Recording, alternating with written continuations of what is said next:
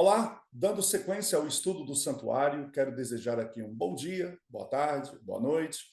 Eu não sei em que momento você vai estar assistindo no YouTube, no canal É de Graça e Sempre Será, essa live de hoje falando sobre o santuário. Então, opa, minha irmã está aqui também.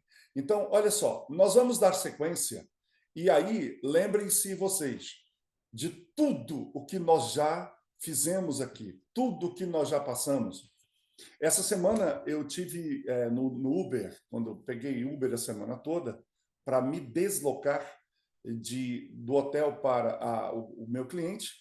E aí, num desses dias, eu peguei um Uber e um garoto fantástico, 23 anos, cabeça boa, e nós começamos a falar sobre fé, sobre religião, sobre espiritualidade. E, cara, quando eu apresentei para ele a questão do santuário, dei algumas pinceladas, ele entrou na hora no canal, se inscreveu no canal na hora e disse que ia assistir todas as aulas. Que Deus possa abençoar esse garoto, que eu não sei quem é. Talvez, se ele um dia estiver assistindo essa aula, abraço, querido, Deus te abençoe. Foi muito bom o papo que a gente teve juntos aquele dia dentro do seu carro, ali naquele Uber. Então, sem mais delongas, vamos então para a aula de hoje. E lembrando que nós fizemos todo um caminho, né? Aliás, Salmo, ele fala: o teu caminho, ó Senhor, está no santuário, né? O teu caminho está no santuário. Então, se a gente pensar no santuário como um caminho, né?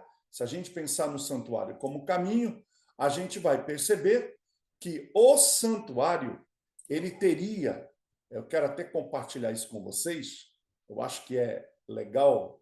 Cadê onde compartilha isso? Aqui, né? Então, onde que compartilha? Vamos compartilhar aqui, ó. Se o caminho do santuário fosse um caminho, esse é o caminho do santuário, até você chegar na lei. Você começa, então, ali no altar, passa pela pia, passa pelo pão, passa pelo altar de incenso, passa pelo candelabro, passa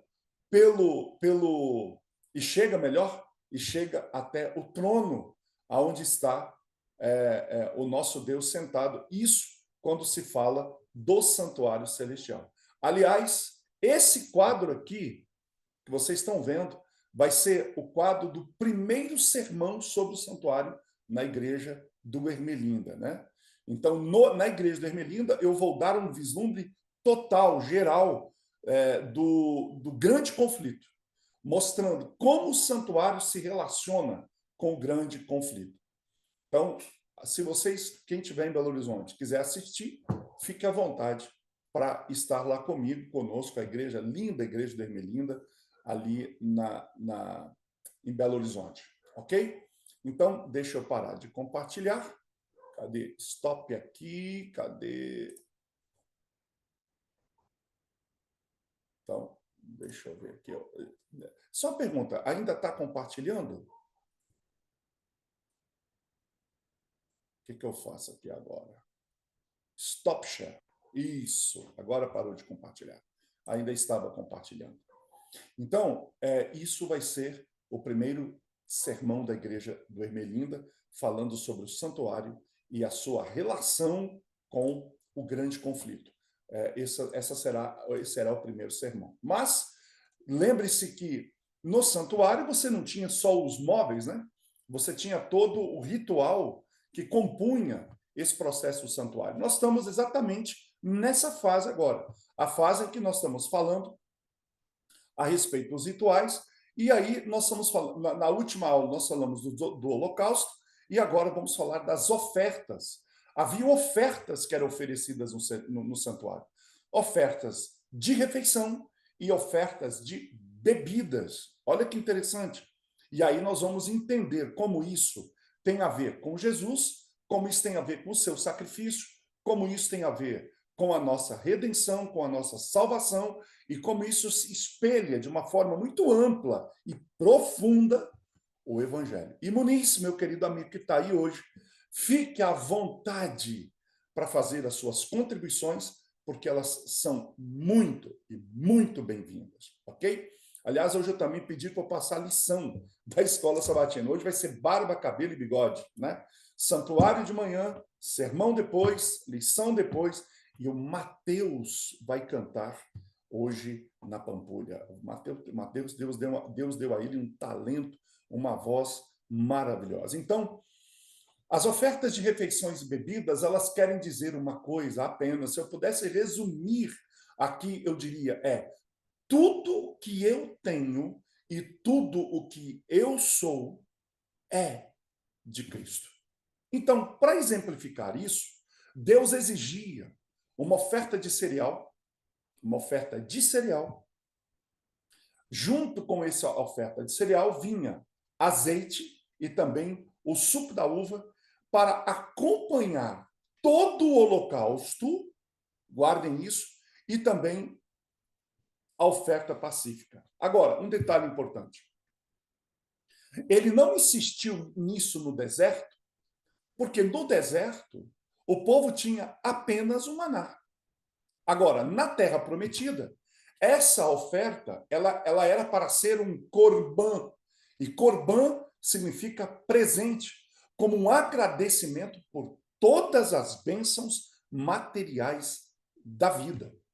Então, quando Israel entregava isso, eu estou falando agora na terra prometida, como oferta, ele estava dizendo obrigado. E esse nome, né, para essa oferta era mincar, né? Então ela ocorre pela primeira vez na história de Caim e Abel, em Gênesis 4, 3 e 4, e vem de uma raiz do hebraico que significa, sabe o quê? Apaziguar ou satisfazer. Tradutores modernos traduziram mincar como oferta de grãos ou cereais. Então, visto que o homem, lá no começo, né, ele era originalmente um lavrador do solo, ele colhia aí o fruto do seu próprio trabalho, então esse fruto era a sua riqueza.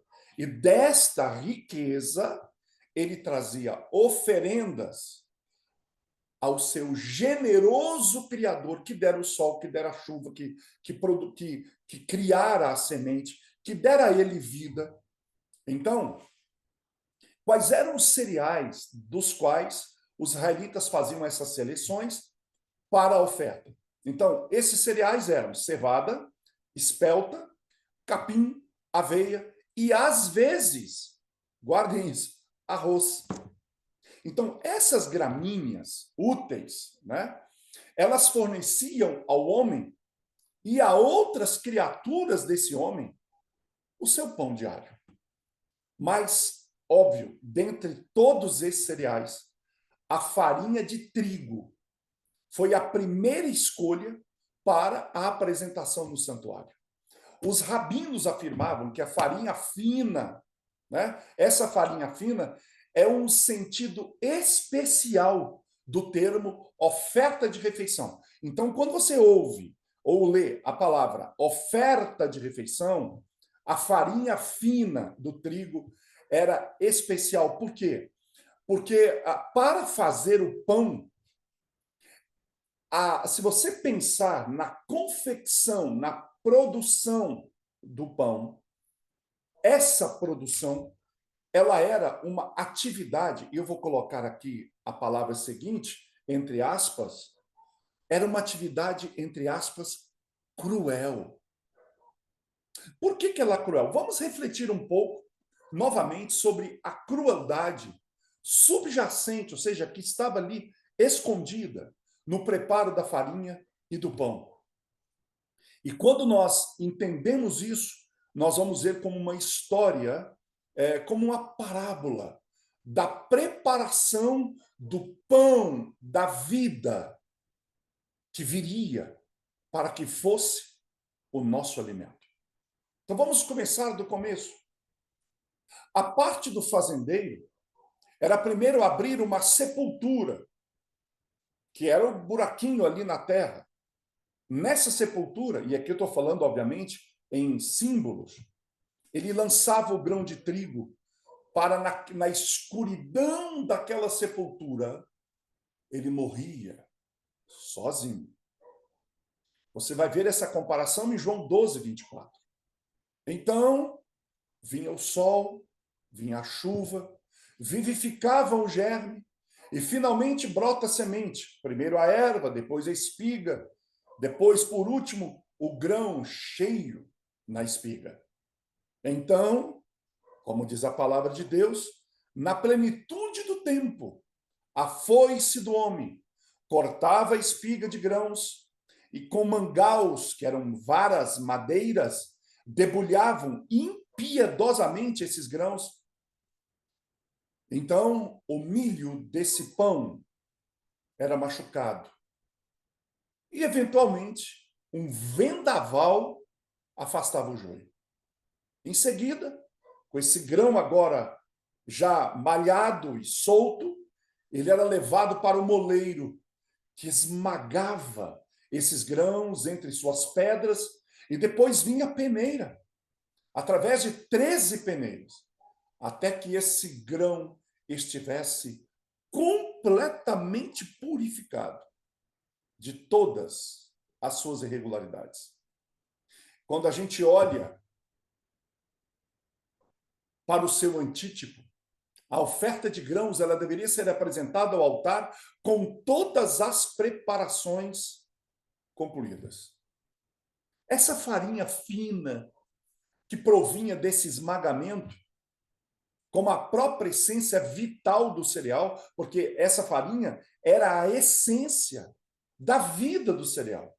Ela ilustra a colheita do homem, os produtos dos seus melhores esforços, o seu trabalho, o seu valor. Isso está em Patriarcas e Profetas, na página 72. E é claro, um tipo profético de Jesus, a colheita do milho do céu ou do trigo do céu. Agora, se o adorador decidisse transformar a farinha em pão, aí ele passava por um outro processo ainda.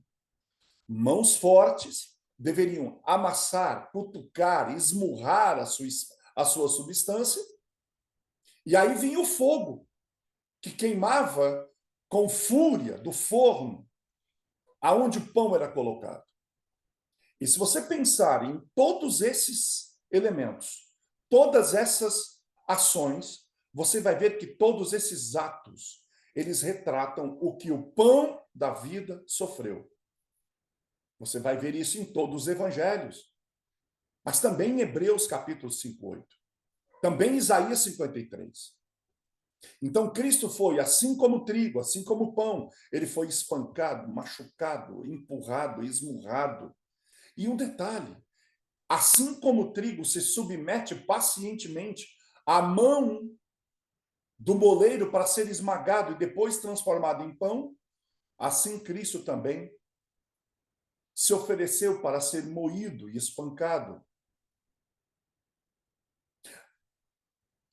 Ele pacientemente se submeteu a essa desumanidade da humanidade, até que a justiça falha e o preconceito obsceno daqueles que ali viviam naquela época, de judeus e romanos, tiraram dele o último suspiro. Apesar de que eu estou usando aqui uma linguagem simbólica, porque no fundo ninguém tirou a vida de Cristo. Ele se entregou. Cristo se entrega, tanto que no último momento ele diz: Pai, em tuas mãos eu entrego o meu espírito como uma oferta. Mas também havia um outro elemento que era utilizado, e aliás, antes de falar desse outro elemento, é importante eu frisar aqui como que é necessário e importante estudarmos com profundidade o assunto do santuário.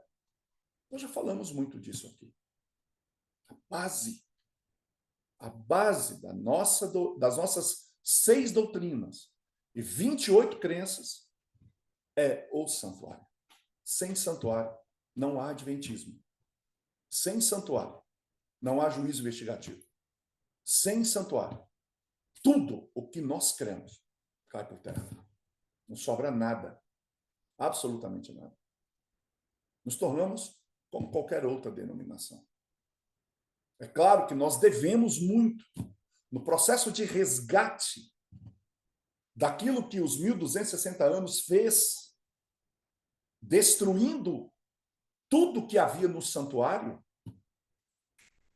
Nós temos aí no século XIV, Tyndale, acho que foi Tyndale, traduzindo a Bíblia, ou seja, o pão sendo resgatado. Depois você tem Martinho Lutero, resgatando que a justificação era pela fé, era pelo sacrifício. Então ele resgata quem? Ele resgata o altar de sacrifício. Depois você vem os batistas, resgatando a pia. Depois você tem, por exemplo, os metodistas. Os metodistas resgatando o quê? Resgatando o altar de sacrifício, o altar de incenso. E você tem os presbiterianos resgatando, né, a questão da menorá, com acesso direto a Deus. Então, e no final, em 1844, Deus levanta um povo para resgatar a lei. Então você tem aí batista, metodista, presbiteriano, adventistas, todos sendo utilizados por Deus para restaurar tudo o que Satanás tentou destruir desde o começo. Eu estou apenas dando uma pincelada daquilo que vai ser falado na igreja do Ermelinda no primeiro sábado de maio, a partir do primeiro sábado de maio. Portanto, quando nós olhamos para todo esse ritual dessas ofertas, nós temos que ter esse olhar focado no grande conflito. Senão nós nos perdemos achando que aquilo que está ali é tanto que você vai perceber que os pagãos, nos seus altares profanos, também ofereciam bebida e comida. Se você vai hoje numa encruzilhada e você vê ali uma oferenda, um orixá, feito pelas religiões de matriz africana, você também verá comida e bebida numa deturpação daquilo que está registrado na palavra de Deus e faz parte do ritual do santuário. Então, olha a importância de se estudar isso, de se compreender isso. Porque isso tem para nós hoje um simbolismo de vida, sustentação bíblica para os nossos posicionamentos, fortalecimento da estrutura de pensamento da nossa fé.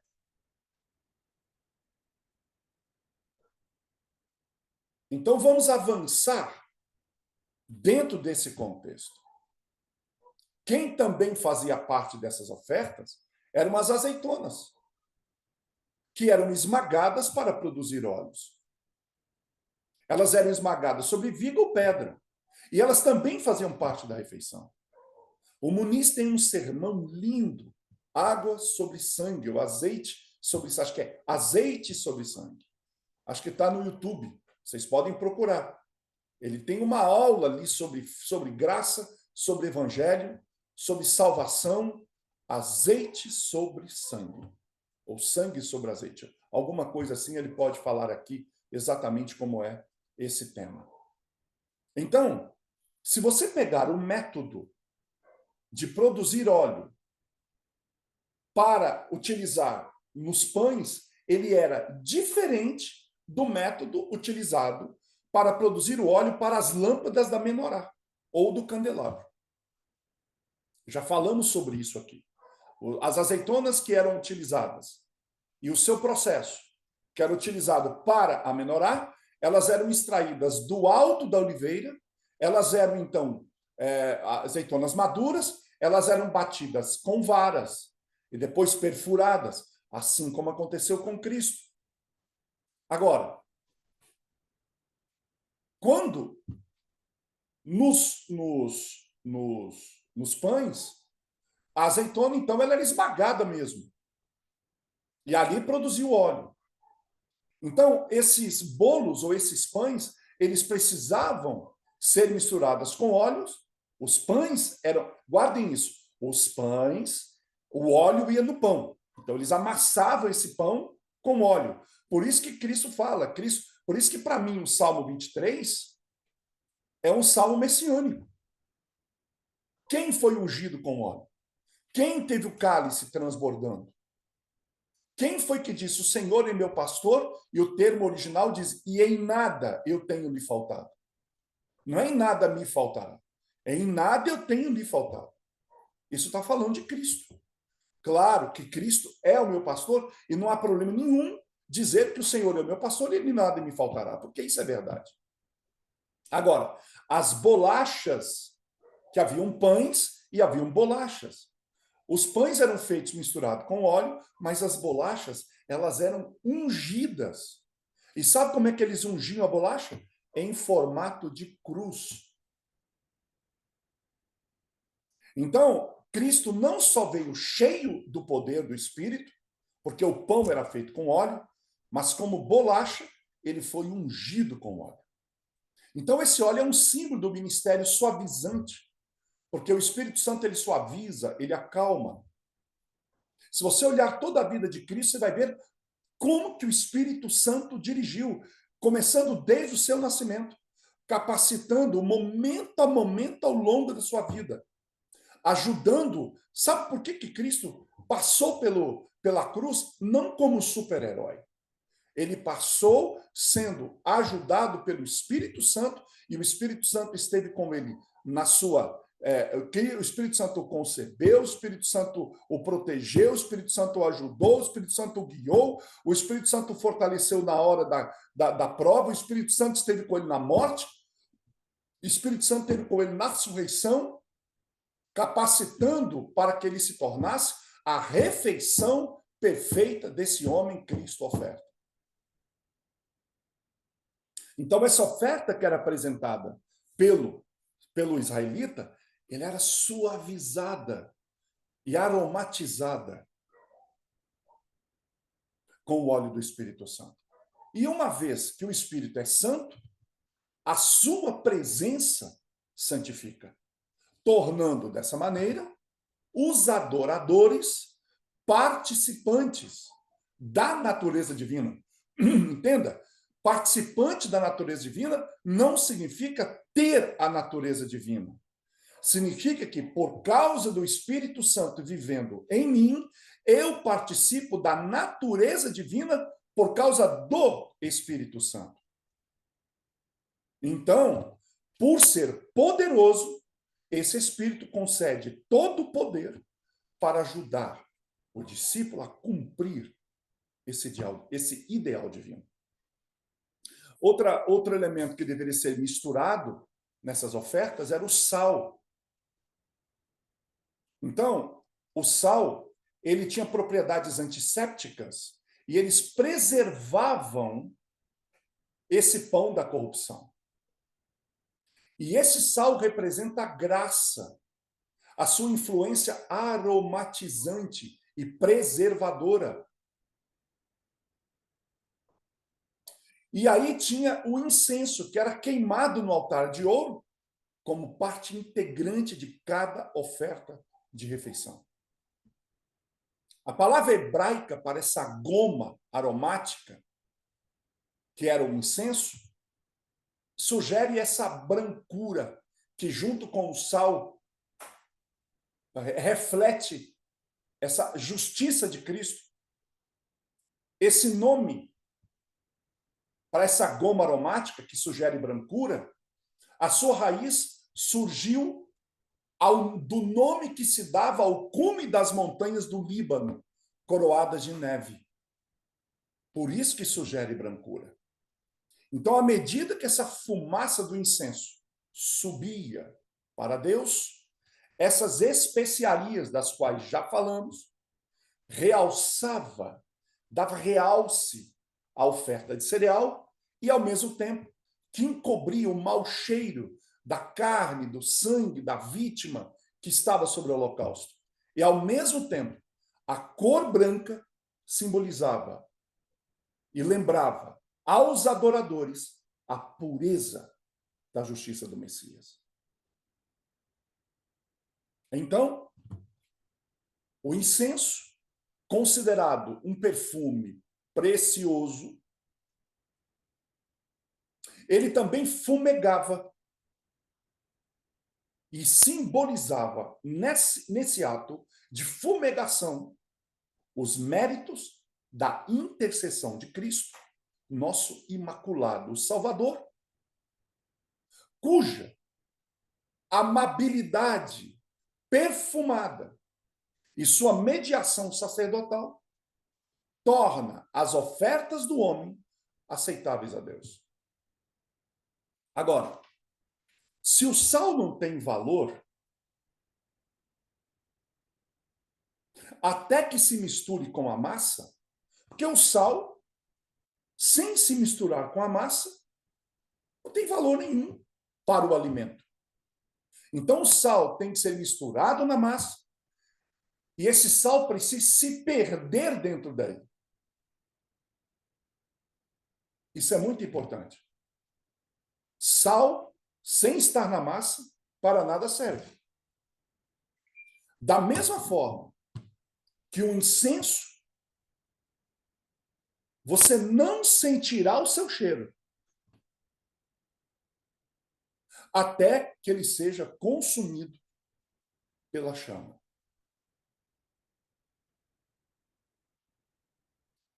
Portanto, o óleo e o incenso e o sal juntos falam da alegria, da doçura de Jesus, que tornam as dádivas do homem agradáveis a Deus, enquanto o sal transmite a constância da presença do Espírito Santo, que está plenamente impregnado dentro da massa que é o nosso alimento.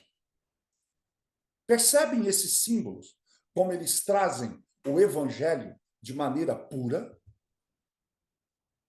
Como é que ele mostra todo o instrumental que Deus proporcionou ao homem para que o homem e a mulher fossem vencedores. Agora, tinha uma coisa que não podia ter nas ofertas, e era o fermento. Então, todo fermento deveria ser excluído do altar. E da mesma forma que a bebida era apresentada no altar, também não podia ser fermentada. O que causa a fermentação? A levedura é a força por detrás da fermentação. E é usado como um símbolo de qualquer princípio que funciona de dentro para transformar. Isso aqui é importante entender.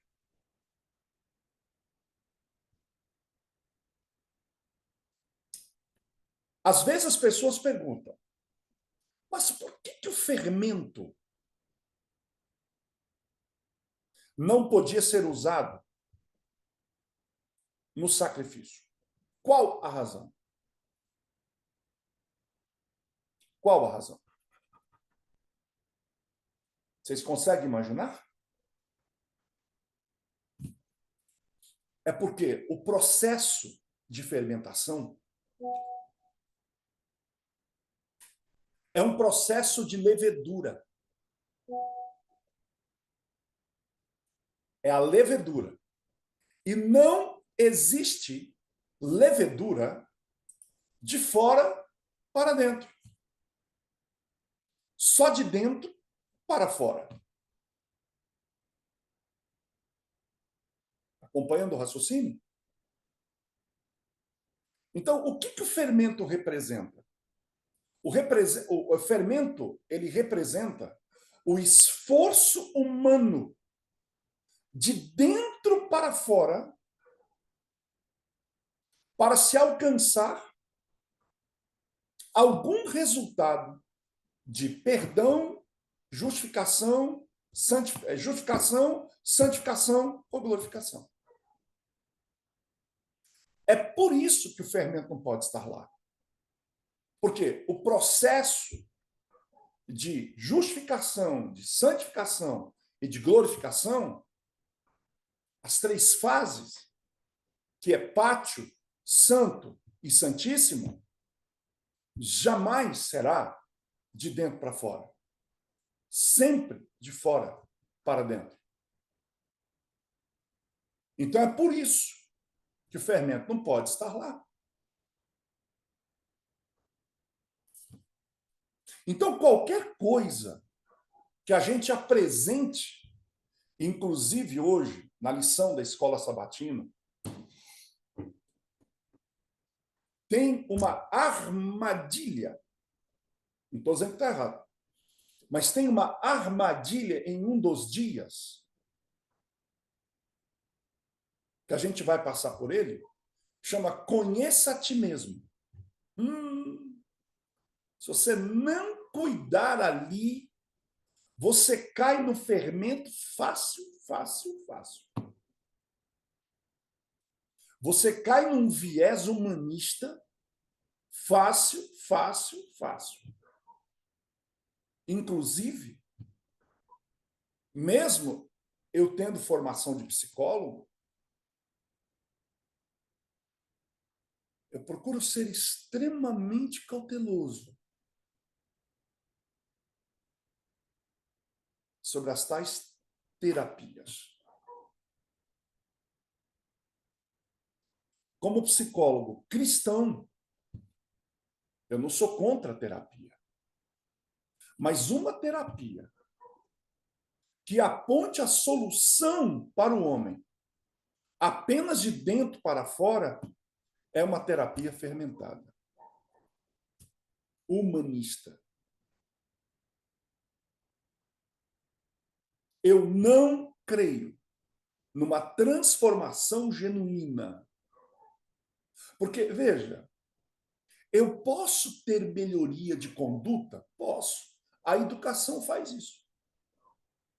Treinamento faz isso. Capacitação faz isso.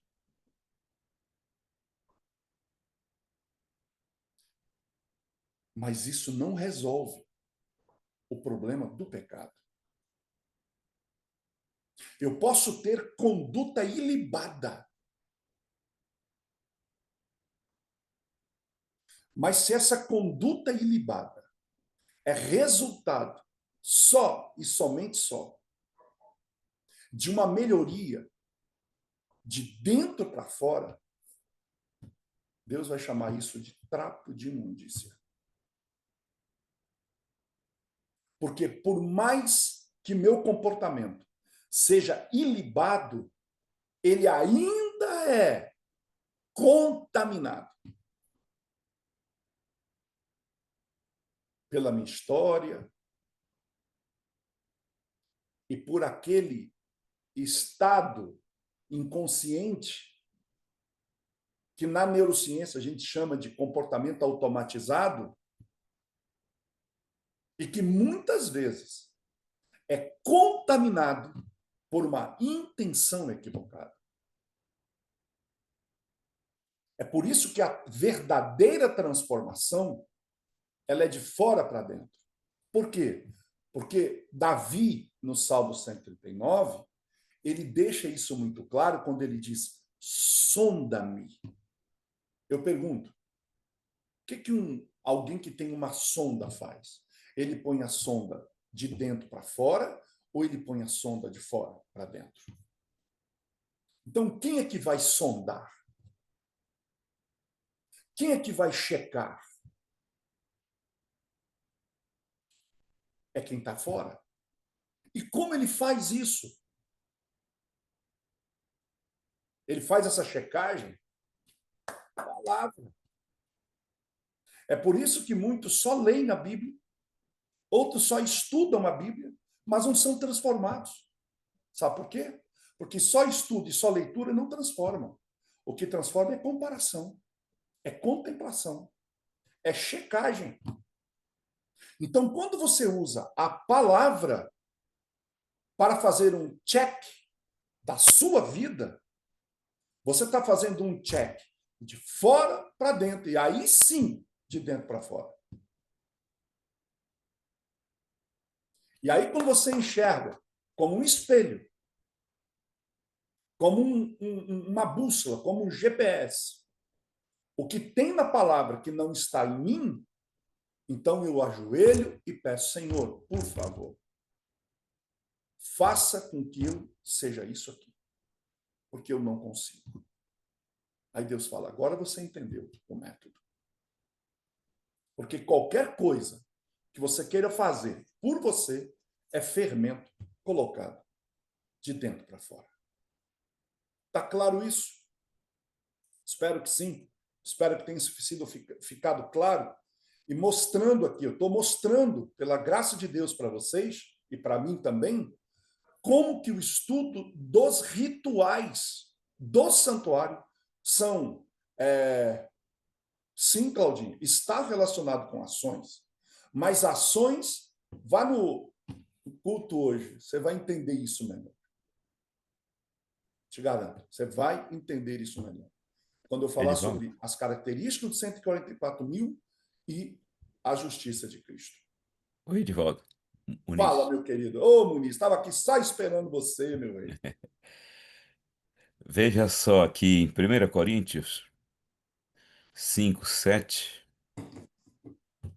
e 8, o apóstolo diz assim: Livrem-se do fermento velho, para que sejam massas novas sem fermento, como realmente são. Olha só a certeza da salvação. Pois Cristo, o Cordeiro Pascal, foi sacrificado. Por isso celebremos a festa, não com fermento velho, nem com fermento da maldade e da perversidade, mas com os pães sem fermento da sinceridade. O que eu queria destacar, eles festejavam e faziam esse pão sem fermento numa perspectiva do Messias que viria. E eles já celebravam a salvação na certeza de que ele viria. Nós, Paulo diz, nós temos que festejar muito mais porque o cordeiro já foi morto, cara. Ele já veio. Ele já veio. Olha só, não é perspectiva, é realidade. É verdade, Muniz. E por causa disso, é que hoje, né, a cada sábado, o cristão, você fala isso, né? O culto, na verdade, é uma celebração da nossa salvação. E outra coisa, queria destacar, quando Jesus diz assim, tomo e como o pão ali na ceia, ele disse: Eu sou o pão vivo que desceu do céu. A vitória sobre o pecado foi esmagado, mas está vivo. Então, ao comer aquele pãozinho na Santa Ceia, pelo processo da distribuição, ele vai ocupar o nosso corpo inteiro. Cada partícula do nosso ser terá a presença do pão e do vinho. É assim que a simbologia é forte, hein? Exatamente. O Porque Senhor Jesus dominando cada cada, partícula do nosso ser. cada partícula. E isso, Muniz, a repartição do pão, que era quebrado, né? Ali, o pão era. Olha que interessante. Quando Cristo repartiu o pão entre os 12, entre os 12 ali, foi repartindo entre os 12. Vamos voltar para o deserto. Cada peça do santuário não era uma parte do caráter, da personalidade e da pessoa de Cristo? Quando o santuário era desmontado, porque a gente tem que olhar para o pão sendo desmontado em pedaços, o santuário também era desmontado em pedaços. E ele era repartido entre as 12 tribos. Então, eu posso dizer que, quando toda vez que o santuário era desmontado, e aí uma parte ia, aí vinha tribos, aí mais uma parte, mais tribos, mais uma parte, mais tribos, era Cristo sendo repartido entre vós. Portanto, quando Cristo falou aquelas palavras que você acabou de dizer aí, lá no cenáculo, tomai e comei, este é o meu corpo que é repartido entre vós, era um eco retardatário daquilo que foi feito no deserto.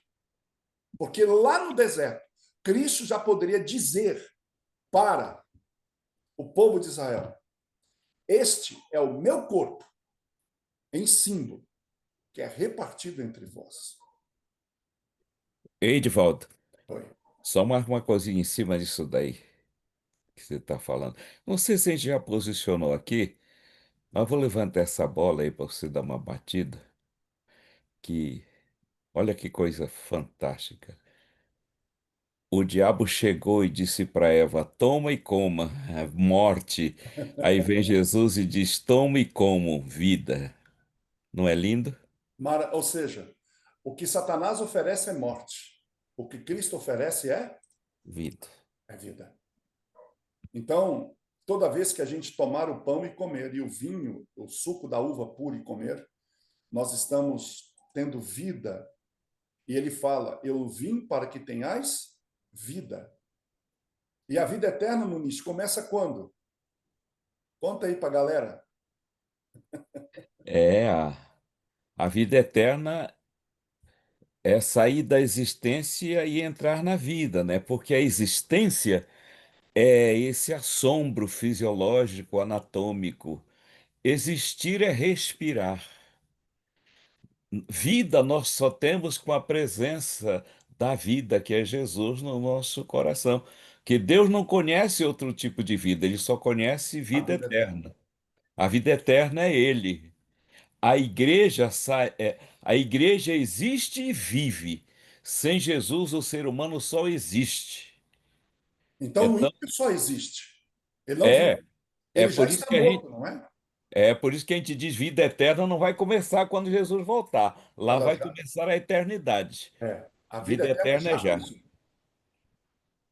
Então, o ímpio já está morto e não sabe. Porque ele só está na existência. É, Ele não possui vida eterna. Porque a vida eterna é uma pessoa. Né? Quem tem o filho, o que, que diz a Bíblia? Quem tem o filho, tem a vida eterna. coisa linda. Coisa linda. E aqui, então, a gente continua falando dessas simbologias todas. Então, lembre-se de uma coisa. Por isso que o mel, por exemplo, que era usado para fermentar, também não podia ser colocado ali naquele sacrifício. Então, por meio desses símbolos, o que Deus estava mostrando? O desejo de que as colheitas dos esforços humanos que eram apresentadas em seu altar tivessem livres dos propósitos egoístas. E também havia a água, que mostra o próprio Senhor Jesus como seu ministério refrescante e suavizante. Agora, como é que esse processo era preparado? Como é que essas ofertas de manjares elas eram preparadas? Vamos lá. No primeiro método de apresentação, o bolo era perfurado, como Cristo foi, para evitar que ele inchasse durante a cozedura. O seu nome hebraico era Shalá, que significa pão perfumado, ou melhor, pão perfurado. Está em Levítico 4:2. Muito antes, então, da provação sobre o velho monte da caveira, o que Jesus falou lá no jardim? O meu coração está ferido, está perfurado dentro de mim. Ele usou a mesma palavra usada em Levítico e Salmo 109:22. Então, contemplando as ofertas de manjares pela fé profética, os israelitas, por séculos, olharam para aqueles que transpassaram, como está em Zacarias 12:10, conforme João 19, 33, 37, e Salmo 22:16, falando dessa perfuração. O pão também era colocado no forno. Forno aqui também é traduzido como fornalha, e vai retratar aqui as ferozes aflições que Cristo suportou. O próprio salmista, em Salmo 21:9, vai descrever o destino dos ímpios, quando ele diz: e tu os farás como um forno ardente no tempo da sua ira. Então, porque Jesus foi atacado e sobreviveu aos dardos flamejantes lançados pelo diabo, ele tornou-se o pão perfeito, furado, cortado em pedaços, untado em óleo, cozido em frigideira. E qual que era o papel do fogo na fabricação do pão? Havia diferenças nessas formas de cozedura. E isso reflete a maneira como o fogo atingia a massa. No forno, a bolacha era cercada de calor. Na frigideira, o óleo quente impregnava a oferta. Então, ou seja, numa o calor o cercava. Na frigideira, o óleo quente penetrava. Então você tem provas de fogo do que a oferta da ceia do céu suportou em sua preparação na mesa do altar do Pai e que finalmente foi submetido às chamas da sua própria ira. Por quê? Porque do que Cristo queria nos livrar? Muniz já fez um sermão sobre isso, eu aprendi isso com ele. Cristo nos livra da sua própria ira. A ira dele, ele lança sobre ele mesmo, porque só um Deus onipotente poderia suportar a ira de um Deus onipotente. Então, esses bolos feitos com mistura de azeite e sal eram levados ao altar em um prato de incenso. E aí era apresentado para o sacerdote. E o seu primeiro ato era arrancar uma porção do bolo, elevá-la ao céu como oferta, como memorial, chamando a atenção de Deus para o ofertante. Então ele queimava esse sinal sobre o holocausto, que já ardia sobre o altar, ou seja, o holocausto já estava queimando sobre o altar, e sobre este holocausto era colocada então essa oferta. E o restante dessa oferta? O que ele fazia? Ele levava para casa, para uso da sua família. Então, ele queimava isso com sal, com incenso, e tudo isso era apresentado a Deus como oferta, e a fumaça chegava a Deus com esse cheiro adocicado, trazendo descanso e satisfação. Essas ofertas, portanto, elas eram santíssimas. E elas eram comidas pelo sacerdote no lugar santo, mais à frente, que era o pátio, né? No caso, o pátio. E depois, Jerusalém era considerado o lugar santo, então eles eram comidos em suas próprias casas. Esse comer era a identificação do sacerdote com a oferta. E isso alertava ao adorador que um dia Cristo ele iria também se identificar conosco. As ofertas elas sempre deveriam ser apresentadas em quantidades determinadas pelo tipo de sacrifício de animal que o acompanhava. Ou seja, se você apresentava um cordeiro, a quantidade era uma. Se você apresentava uma rolinha, a quantidade era outra. Agora, uma coisa importante. Por que as ofertas não eram aceitas sem um sacrifício de um animal? Você não podia chegar e botar a oferta no altar sem nenhum animal lá. É porque Deus queria mostrar que, olha só, o homem não gerou o cordeiro. O cordeiro foi gerado por outro cordeiro, e uma ovelha. Uma ovelha. Agora, os cereais não. O homem havia plantado, suado, colhido, feito esforço. Agora imagina eu chegar com essa oferta, que é meu esforço, oferecendo no altar. Ela não seria aceita por Deus. Agora, quando o sangue e o animal estava lá, o que Deus estava querendo dizer com isso?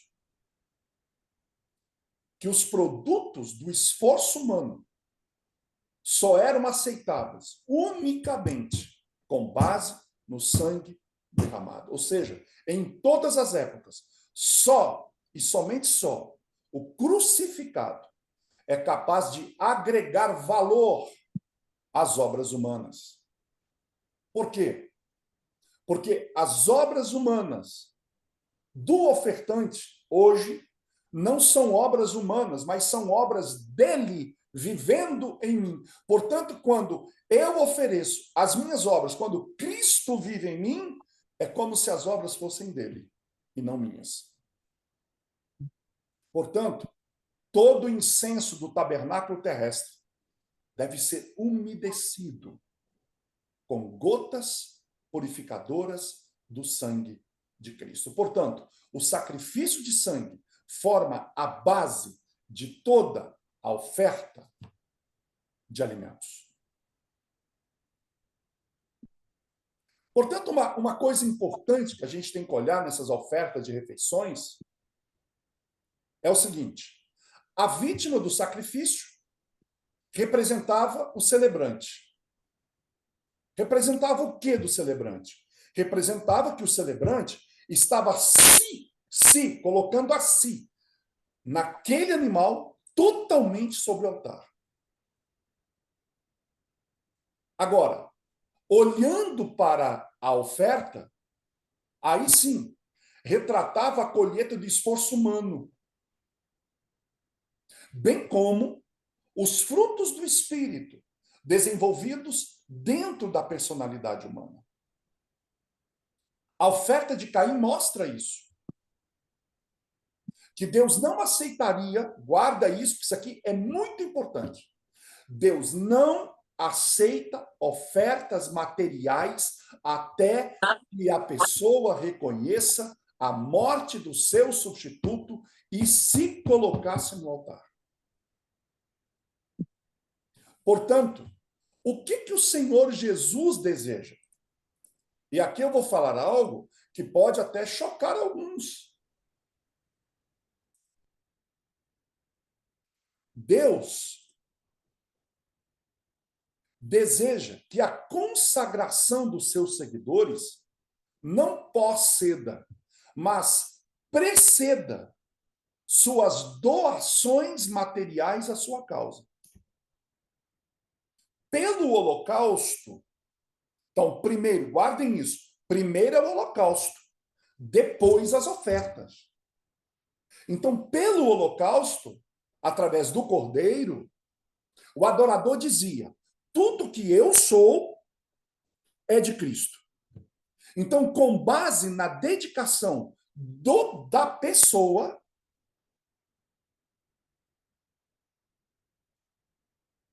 ele então declarava também, por meio das ofertas de cereais, que tudo que ele tinha também era de Cristo. Portanto, somente depois que a oferta pessoal era colocada sobre o altar, ou seja, só depois que eu me entregava no altar, é que as ofertas materiais eram aceitáveis. Portanto, eu posso ser um grande ofertante, ofertar valores monetários, ofertar recursos, ofertar o que eu tenho. Eu posso ser um grande dizimista, mas se eu, primeiro, não me coloquei no altar, Deus não aceita nem teu dízimo, nem tua oferta.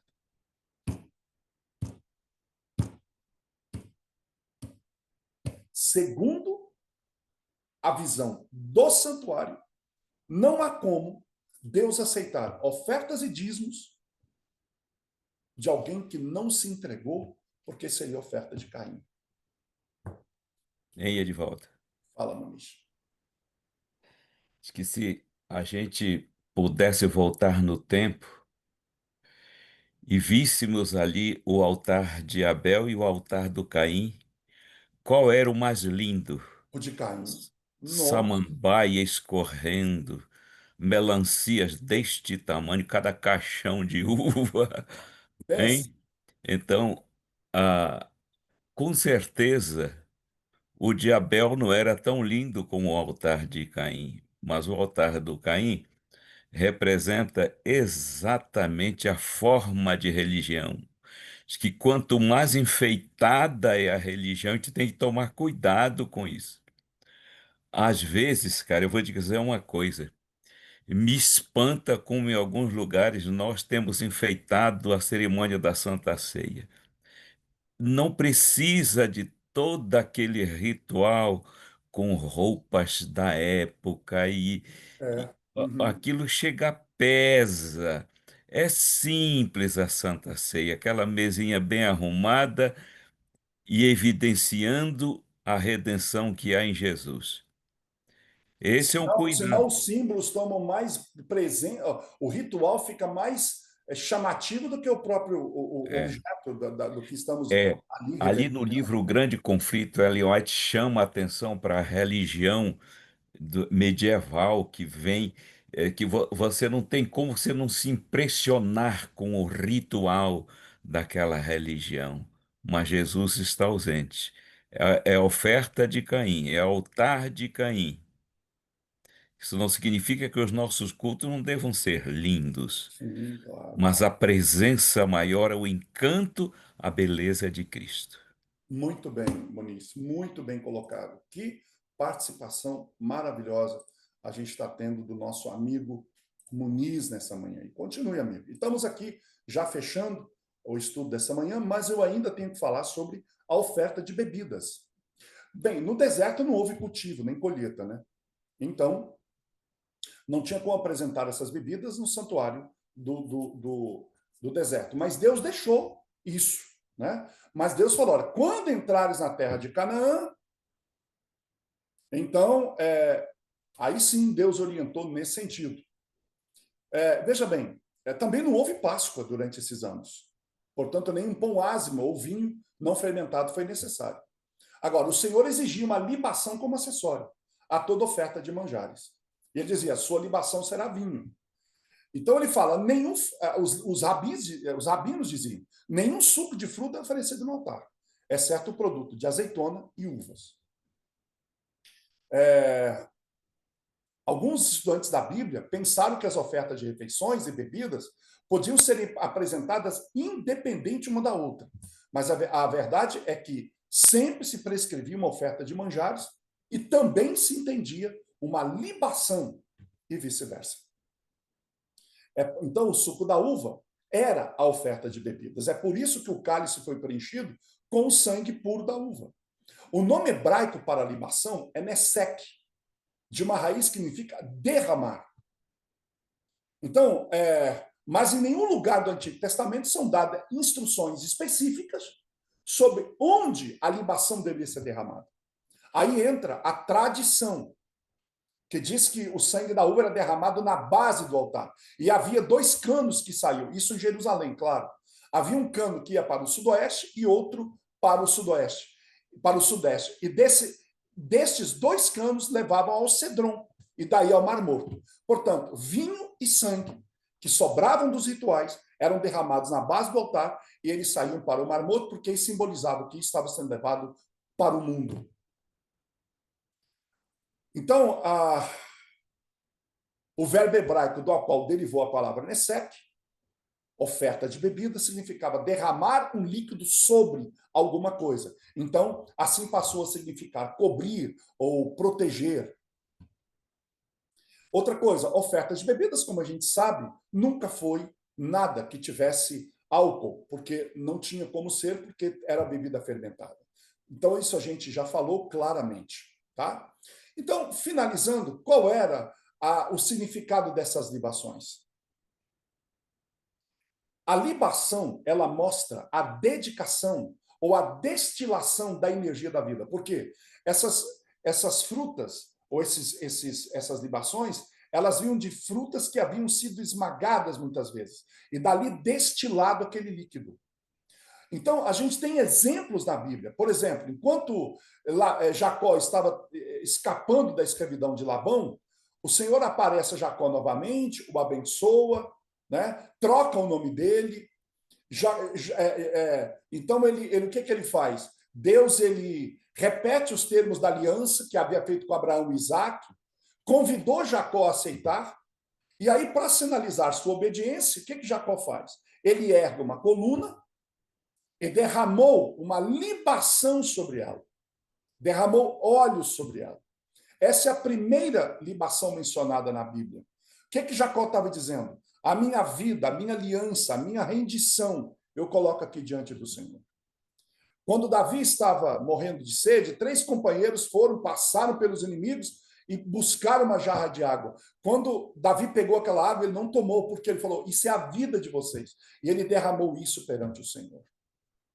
Portanto, toda essa oferta de libação, ela significa um derramamento da vida. Tanto que quando Paulo estava sentindo o sol poente brilhando na espada do carrasco, ele escreve o que para Timóteo?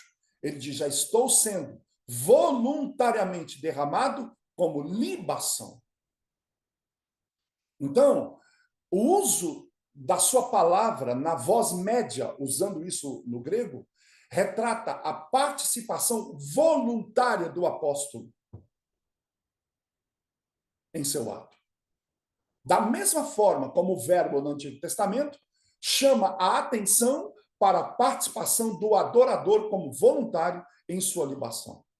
Por 3 décadas, 30 anos, né? Paulo colocou diariamente o seu corpo sobre o altar do serviço.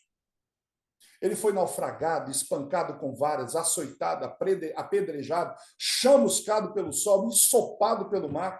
A única capa que ele deixou em Troas no momento da prisão agora fazia falta, porque ele estava tremendo de frio na masmorra que está lá em Roma, e eu, graças a Deus, tive o privilégio de conhecer a prisão mamertina. Então, a sua afirmação, ela enquadra-se na morte do Mártir pela espada, que antecipava isso como cidadão romano. Então, Paulo sabia que o devoto ele devia prover sua própria libação. É por isso que ele diz, estou sendo oferecido voluntariamente.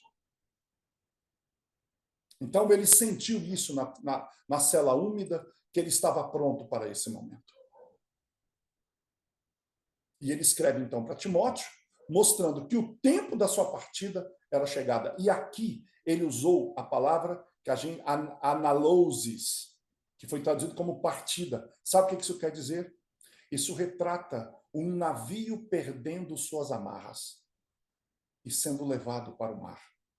Paulo estava com essa imagem na cabeça, como se ele dissesse, as amarras do navio do meu corpo estão sendo desamarrados e estou partindo. Então, eu quero finalizar dizendo que a oferta de libação mostra como a vida de Cristo foi destilada em todo o trono de Deus, e ele fala isso em Provérbios, de forma simbólica, falando da sabedoria. Então, Deus ele representa essa destilação do caráter e da obra do Filho dele, seu poder infinito e amor criativo, como por isso que Paulo fala, onde abundou o pecado, super abundou a graça.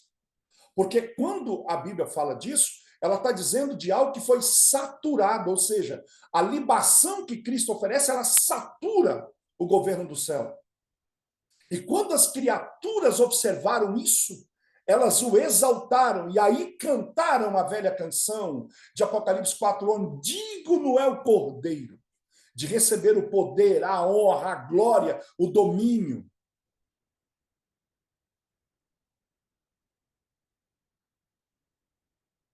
É por isso que em sua posse como sumo sacerdote, o Pai lhe concedeu os pagãos como herança. E a partir daí, todas as hostes dos resgatados vão adorar o Cordeiro cantando um novo canto.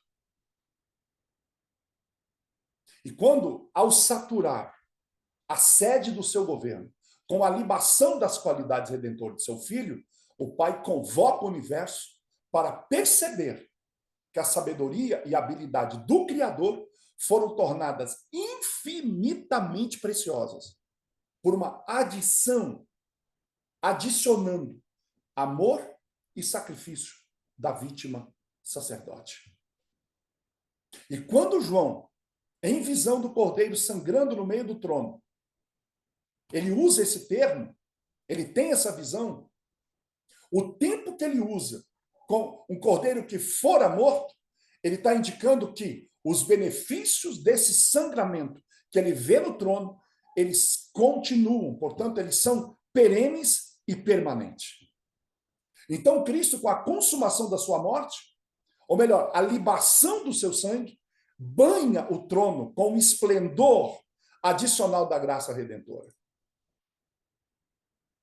E tudo isso estava descrito no santuário para os piedosos de Israel. É isso que eles deveriam ter visto, mas infelizmente não viram. E quando Cristo veio, eles não o receberam. Então, ao encerrar essa aula de hoje, eu peço a Deus que Ele nos ajude a nos ofertar, nos oferecer como sacrifícios vivos em seu altar, porque Ele já o fez por nós. Vamos orar. Nosso Deus e Pai, muito obrigado por essa aula de hoje. Às vezes, para alguns, complexo, outros talvez nem sempre entendam tudo, mas podem ver e estudar de novo. Mas hoje nós aprendemos que não há salvação de dentro para fora, só de fora para dentro. Que nós devemos nos oferecer ao teu altar, não só nosso corpo, mas tudo que está em nossas mãos, porque somos apenas mordomos e a ti tudo pertence. Nessa manhã queremos nos consagrar e nos dedicar a ti, de corpo e alma. E muito obrigado por seres a nossa libação, o nosso pão, o nosso vinho, o nosso azeite. E é no teu nome que nós oramos, agradecidos por Jesus. Amém. Semana que vem, pela graça de Deus, estaremos continuando com os rituais do santuário. Grande abraço e até lá.